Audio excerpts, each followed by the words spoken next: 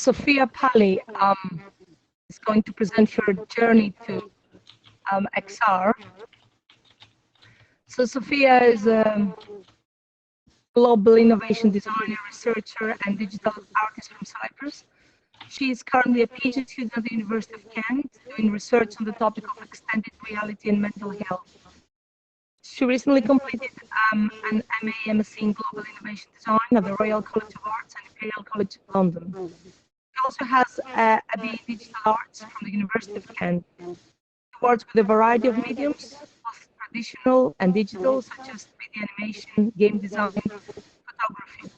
She also often incorporates technology into her work, creating both physical and digital interactive pieces. Recently, her work is focused on mental health awareness. So she works on animal activities as well as physical workshops that provide mental health awareness to different target audiences. Yeah. Yeah. Hello. Can you all hear me? Yeah, I can. Okay, great.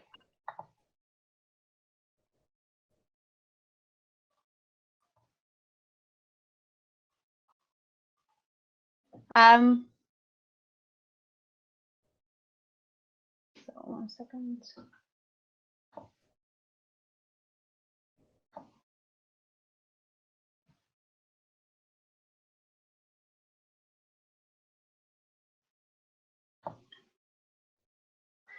Yeah, so hello everyone. I'm Sophia, and I'm here today to tell you about my journey working with extended reality, specifically VR and AR, the past few years.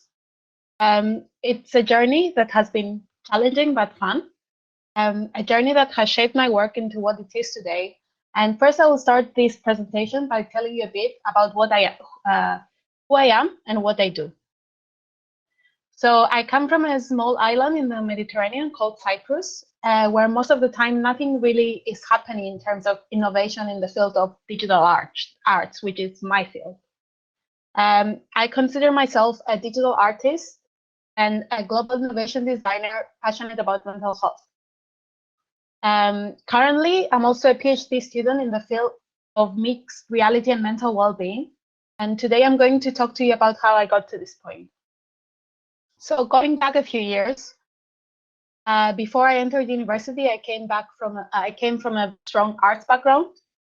However, I also liked programming and animation.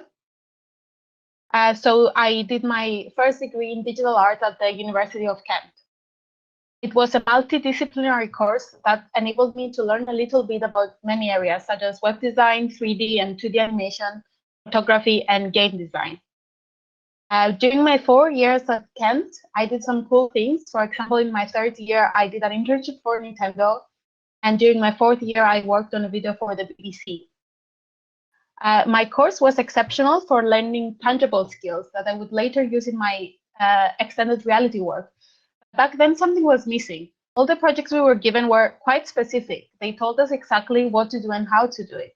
So although during the 4 years, I learned how to use tons of different software and equipment for all sorts of uses, I was still clueless about the design, problem solving, and ideation process. I wanted to be able to do work that was meaningful. So this is the reason I then did my double masters in global innovation design at the Royal College of Arts and Imperial College London. It is a course that pushes students to use design and technology to come up with solutions to global problems. From the very first moment here, I was pushed out of my comfort zone. We had to come up with concepts every other day. We had to teach and present in front of everyone. I was used to mostly being on my own in front of a screen all day. So having to work in a studio, being constantly surrounded by people was quite terrifying. And in this course, we were being asked every day the same question. What is your vision? What is the one thing you are passionate about and you want to change in the world? So the answer to that question was very easy for me. The one thing I'm passionate about is mental health. But then came the next question. How will you achieve that? So that is the question that first got me in touch with virtual reality. These trail mix, peanut butter crackers, I wanted to find a way to combine my passion for mental health with my digital art skills and at the same time learn a new skill. So I did a few explorations into how we can use digital media and specifically virtual reality as treatment methods for mental health problems. For my first project in my Weird master's course, I turned a game I made a while ago into Unity into a VR experience. I then displayed that project in an exhibition that they run every year at the Royal College of Art called WEEP, Work in Progress, and I got some feedback on it.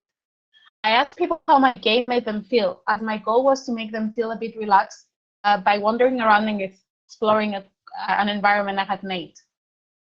However, the feedback I got back then was kind of bad. This was probably due to my lack of proper design skills at the time, but I didn't realize. People told me that my experience made them feel more stressed or agitated, and it didn't really achieve what I wanted it to achieve. So I did what I don't really do. I gave up on things back then.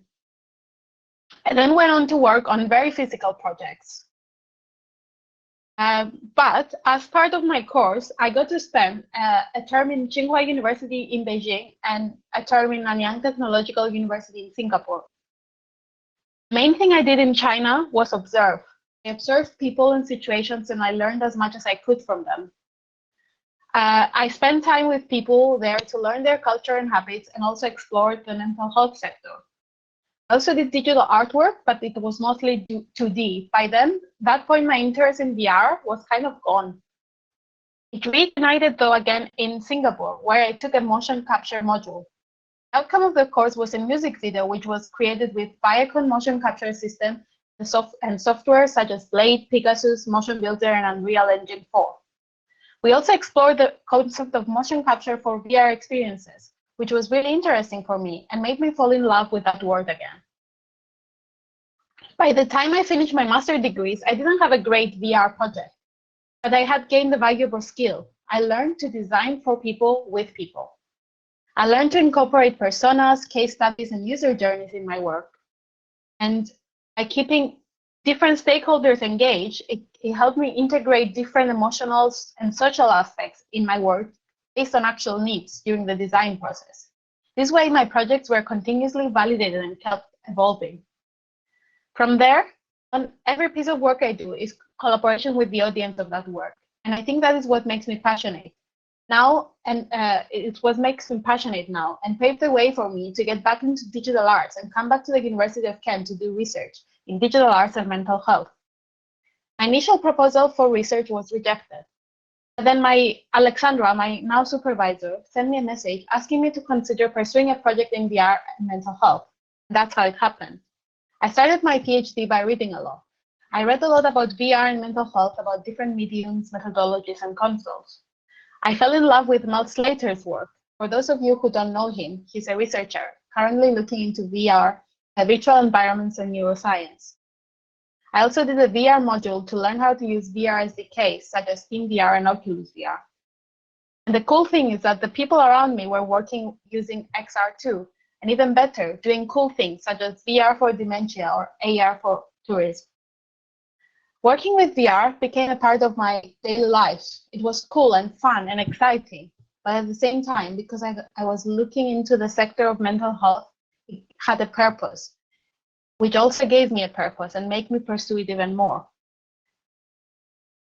An opportunity came up. I was asked to work on a project for the world's first digital park called NetPark, which is located in Chalkwell in UK. They wanted someone to develop an augmented reality app for their park that promotes well-being through nature. This would mean that the direction of my research would have to shift from specifically virtual reality to extended reality. I jumped on the opportunity. One of the requirements of this project was that I collaborate with people working in the park, artists, academic, as well as people that do art therapy sessions. It was great because it involved a lot of the things that I love.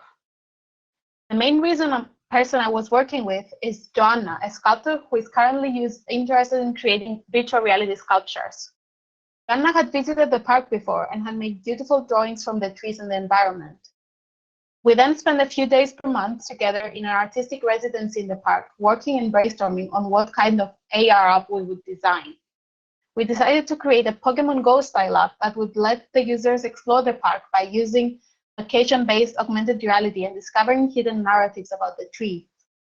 For this, we had to go around the park, mapping different locations and finding best Wi-Fi hotspots.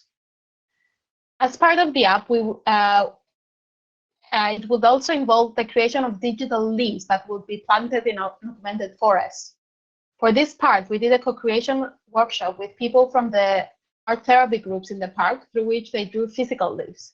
We then planted those leaves on 3D trees in Maya that will later become augmented.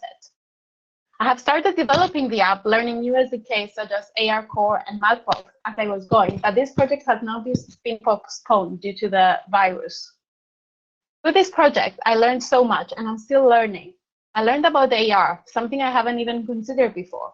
I even started building AR, which has helped me start considering devices, platform, phone capabilities, and so on. It's also taught me how it is to work in a team of so many people. One last thing, as a PhD student, I also teach or assist teaching different modules in my school. So some of my students work on VR projects. For one of the projects, I was supposed to portray the client and give them a brief. So my brief, I asked them to create all the elements of their VR game using VR software. Here is some of their work. These are their mood boards. These are some of the assets they created in Google Blocks, a VR 3D modeling software, which they then edited in Maya. And this is Uni, one of them working and exploring in VR. It's really nice getting to spread my love for these technologies and assist others in learning and using them as well. The students have been loving the project so far, and I hope they continue to do so. I'm just at the beginning of my journey in working with XR, but so far it's been great. What is important to me is that I'm working on things that have a reason, that this kind of technologies can really bring change. Thank you.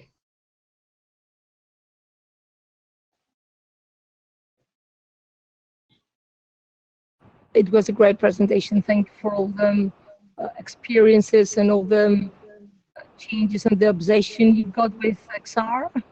Thank you very much.